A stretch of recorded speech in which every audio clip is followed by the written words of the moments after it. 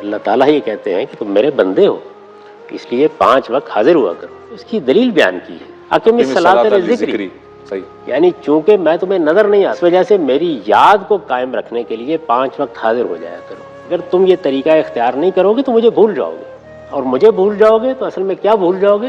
अपने बंदा होने को भूल जाओगे, और उसका नतीजा ये निकलेगा कि तुम्हारी तबीयत में, तुम्हारे मिजाज में, तुम्हारी उस्ताद तबा में सरकशी आएगी, और उसके लाजमी नतीजे के तौर पर दुनिया में भी फसाद होगा और आखिरत भी बर्बाद कर बैठोगे। तो इसलिए मुझे याद रखा करो। इस याद दहानी के लिए 5 वक्त आपको बुलाया जाता है। इसके लिए आप जाके वहाँ इस बात का एतराफ़ करते हैं, यहाँ आ गया हूँ फिर दोबारा, और मैं आप ही की इबादत करता हूँ और आप ही से मदद मांगता हूँ, और मैं आपसे सीधे रास्ते की दरख्वास्त करने के लिए आ गया हूँ।